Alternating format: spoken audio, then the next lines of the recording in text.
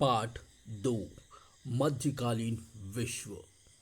प्रश्न पहला, जमींदारों तथा किसानों के बीच के संबंध को समझाएं। उत्तर, मध्यकालीन यूरोप की अर्थव्यवस्था बुनियादी रूप से कृषि पर आधारित थी, जहां सामंत अपने अपने क्षेत्रों में सर्वशक्तिमान होते थे, लेकिन साम्राज्य की सारी शक्तियां राजा के हाथों में केंद्रित थी। किसान पूरी तरह कुलीन भूस्वामी के रहमो करम पर थे तथा जमीन से बंधे सामंतों के पूरी तरह अधीन होने के कारण इन आश्रित किसानों को भूदास कहा जाता था। सामंतों की जमीन मेनर कहलाती थी, जो 3 हिस्सों में बांटी हुई थी। एक हिस्सा डीमेन कहलाता था। जायदाद का यह हिस्सा सामंत के सीधे प्रबंध की तरह होता था। दूसरे हिस्से में आश्रित किसानों को रखा जाता था तथा तीसरे हिस्से में मैदानी भाग थे, जिसमें पशुओं को चराने का अधिकार सबको प्राप्त था। सामंतों की जमीन पर आश्रित किसान खेती करते थे, जिसके बदले उन्हें लगान देना होता था। वह लगान श्रम सेवा के रूप में अदा करते थे। इसके लिए अवैतनिक सेवाओं में भवन निर्माण और ईंधन के लिए लकड़ियां काटने जैसे काम सामंती द्वारा लिए जाते थे। प्रश्न दूसरा, खेतिहर मजदूर क्या थे? उत्तर, सामंतों की जमीन पर सामंतों के अधीन कार्य करने वाले श्रमिक मजदूर खेतिहार मजदूर कहलाते थे। प्रश्न तीसरा, निम्नलिखित प्रश्नों के उत्तर दीजिए। हजरत मोहम्मद और उनके अनुयायियों के मक्का छोड़कर मदीना जाने को क्या कहते हैं? उत्तर, हजरत मोहम्मद और उनके अनुयायियों के मक्का छोड़कर मदीना जाने को हिजरत कहते हैं। प्रश्न दूसरा, पैगंबर मोहम्मद के निधन के बाद किनको पहला खलीफा बनाया गया? अबू बकर। प्रश्न तीसरा, किसने तपेदिक की संक्रामक प्रकृति की खोज की? उत्तर, इब्न सीना ने तपेदिक की संक्रामण प्रकृति की खोज की। प्रश्न चार, किस चिकित्सक ने खसरा और चेचक के बीच फर्क किया? उत्तर, अलराजी नामक चिकित्सक ने खसरा और चेचक के बीच फर्क खोजा। प्रश्न चार, कारण देकर बताएं, मक्का को धार्मिक प्रसिद्धि कैसे मिली? उत्तर, काबा के कारण मक्का को एक धार्मिक प्रसिद्धि प्राप्त हुई। उस समय काबा अरब के विभिन्न कबीलों के लिए एक पूजनीय स्थल था। इस धर्म स्थल पर कुरैश कबीले का नियंत्रण था, जो मक्का के आर्थिक जीवन में फरिश्ता बनकर आए। हजरत मोहम्मद का जन्म इसी कुरैश कबीले में हुआ, जो इस्लाम धर्म के संस्थापक कहलाए। लगभग 610 ईस्वी में हजरत मोहम्मद एक धार्मिक अनुभूति से गुजरे। उन्होंने एक आवाज़ सुनी, अल्लाह एक है। उन्होंने एकेश्वरवाद के आधार पर एक धर्म चलाया, जिसे इस्लाम कहते हैं। यह मक्का में ही प्रारंभ हुआ। इसी कारण से मक्का को धार्मिक प्रसिद्धि मिली। प्रश्न पाँच, पांच ऐसी चीजें बताएं जिसमें कि अरब सभ्यता का प्रभाव प्रदर्शित होता है। उत्तर, अरब सभ्यता के प्रभाव को निम्न बातें प्रदर्शित करती है। पहला, इस्लाम के अनुसार ईश्वर एक है। दूसरा, इस्लाम धर्म को मानने वाले अनुयायी मुस्लिम कहलाए। तीसरा, हजरत मोहम्मद के संदेशों का पालन करना। चौथा, अपने साहित्य और कविता के लिए अरब सभ्यता मशहूर हुई।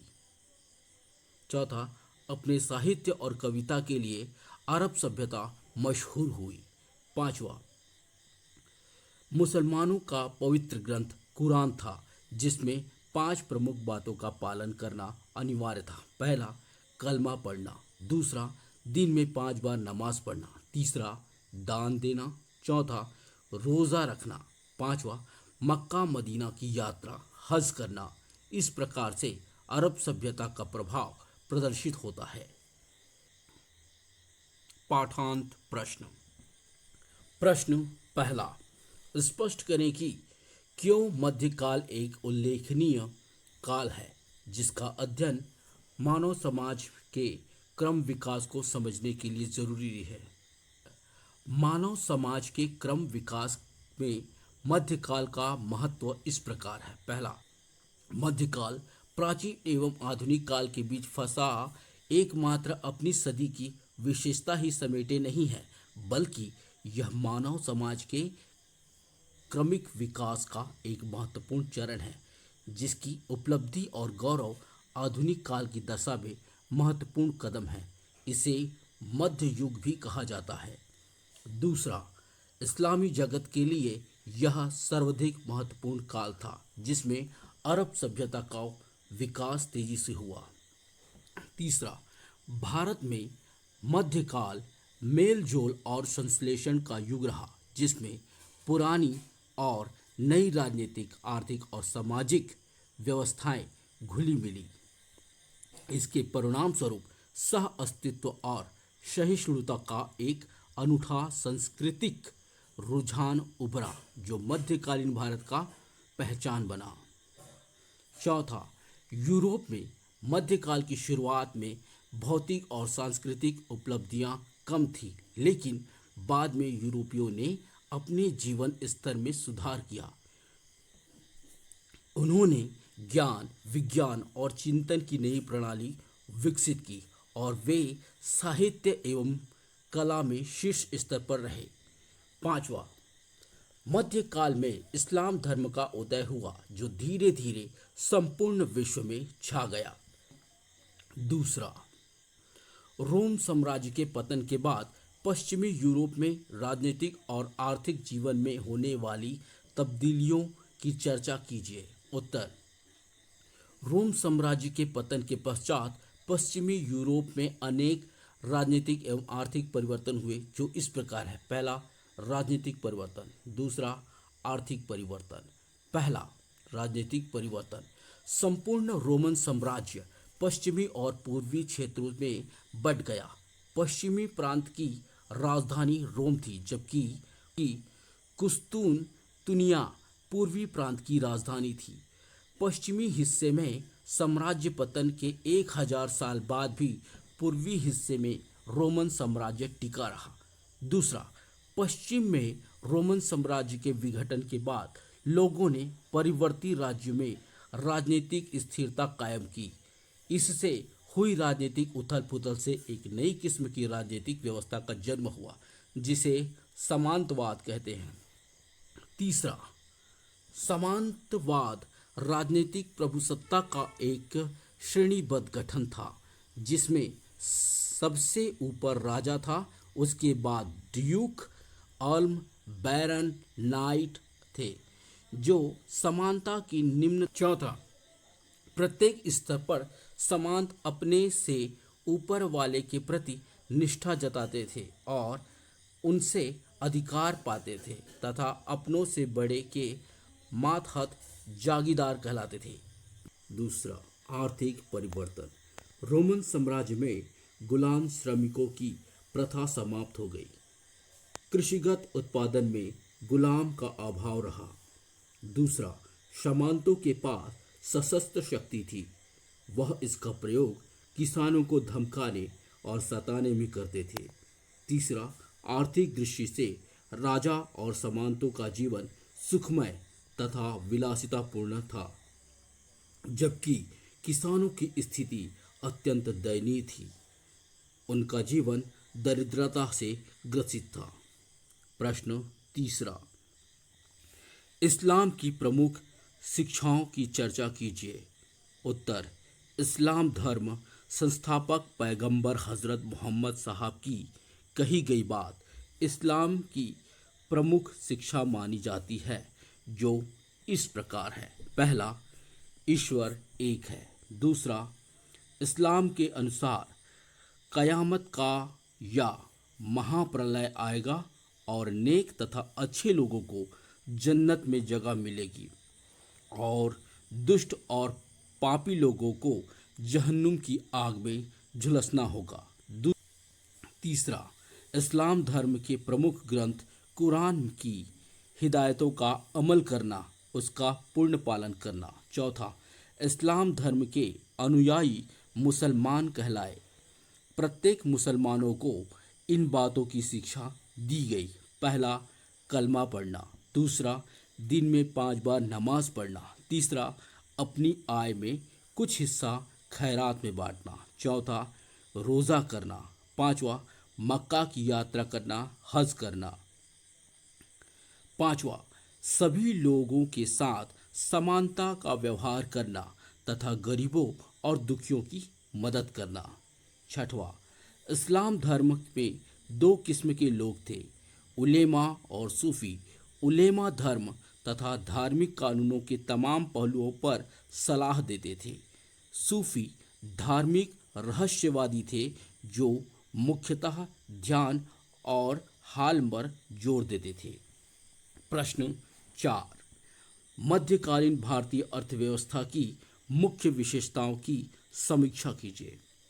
मध्यकालीन भारतीय अर्थव्यवस्था की मुख्य विशेषताएं निम्न थी। पहला, दिल्ली सल्तनत और मुगल साम्राज्य की आय का प्रमुख साधन किसानों से प्राप्त होने वाला राजस्व कर था। मुगल साम्राज्य में, विशेषकर अकबर के शासनकाल में, राजस्व वसूली की पद्धति में दूरगामी परिवर्तन किए गए। दूसरा, राज्य में वाणिज्य कर का विकास हुआ और नकदी फसल को बढ़ावा देने के साथ साथ उस इलाके में खेती करने के लिए बाध्य किया गया जिस इलाके में पहले खेती नहीं होती थी, जहां जंगल थे। तीसरा, कृषि योग्य भूमि की उर्वरता उसके रकबे के आधार पर भू राजस्व निर्धारित किया गया। चौथा, राज्य में फसल नष्ट होने पर ऋण देकर सहायता की जाती थी और उनका लगान माफ किया जाता था। पांचवा, व्यापार में इलाफा 14वीं सदी में हुआ। इसके लिए सड़कों का जाल बिछाया गया जिसमें शहरों का महत्व बढ़ा।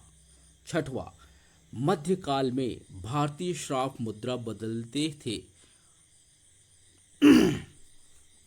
छठवां, मध्यकाल में भारतीय श्राप मुद्रा बदलते थे। यहाँ हुडियाँ जारी करते थे।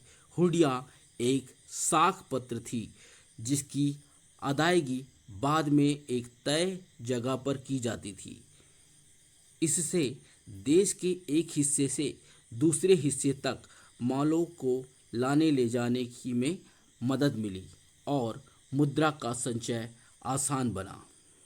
प्रश्न 5, व्याख्या कीजिए कि मध्यकालीन भारतीय संस्कृति परंपरा के एक सामंजस्यपूर्ण संश्लेषण का प्रतिनिधित्व करती थी। उत्तर, मध्यकालीन भारतीय संस्कृति परंपराओं के एक सामंजस्यपूर्ण संश्लेषण का प्रतिनिधित्व करती है।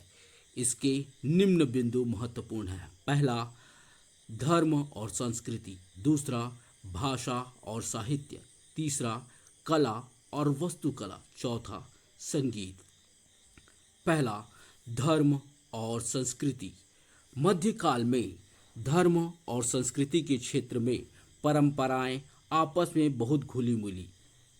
धर्म के क्षेत्र में भक्ति और सूफी आंदोलन इसकी मिसालें हैं। भक्ति आंदोलन ने व्यक्तिगत उपासना और भक्ति के भाव भगवान के साथ आत्मसात होने पर बल दिया। इन्होंने कर्म कांडों को बहिष्कार करते हुए शुद्ध आचरण पर अमल करने को कहा। जाति और ब्राह्मणवाद का विरोध किया। रामानंद, कबीर, रविदास, मीराबाई और गुरु नानक जैसे संतों का जनमानस पर गहरा असर दिखाई दिया, जिससे प्रभावित होकर कई लोग इनके भक्त बने। सूफी और भक्ति आंदोलन दोनों में दार्शनिक विचारों का खूब आदान प्रदान हुआ। दूसरा, भाषा और साहित्य। मध्यकाल में भाषाओं और साहित्य के क्षेत्र में विभिन्न परंपराओं के विश्लेषण की प्रक्रिया का प्रभाव दिखाई दिया, जहां फारसी और संस्कृत जैसी क्लासिक भाषा फली फूली। इसके अलावा इस काल में उल्लेखनीय विकास क्षेत्रीय भाषा को आगे बढ़ाना था, जिसके अंतर्गत हिंदी, बंगाली, राजस्थानी और उड़िया तथा गुजराती जैसे कई क्षेत्रीय भाषाओं में परिपक्वता आई। तीसरा, कला और वास्तुकला। मध्यकाल में कला और वास्तुकला फली फूली। चित्रकारी की मुगल शैली में ईरानी और भारतीय शैली को पूर्ण रूप से आत्मसात किया गया, जहां भारतीय शैली का नेतृत्व दासवंत, मुकुंद और केशव आदि चित्रकारों ने किया, जो प्रसिद्ध चित्रकारों में से थे। वहीं ईरानी चित्रकारी का नेतृत्व अब्दुल समद तथा सैयद अली ने किया। चौथा, संगीत। मध्यकालीन भारत के अधिकतर राजाओं ने संगीत का संरक्षण प्रदान किया। गायक एवं वाद्य संगीत के क्षेत्र में भारतीय प्रणाली का संपर्क संगीत की अरब, ईरानी और मध्य एशिया परंपराओं के साथ हुआ। भक्ति और सूफी परंपराओं ने भक्ति संगीत की शैली को नई गति दी। इससे स्पष्ट होता है कि मध्यकालीन भारतीय संस्कृति परंपराओं में एक सामंजस्यपूर्ण संश्लेषण का प्रतिनिधित्व करती है।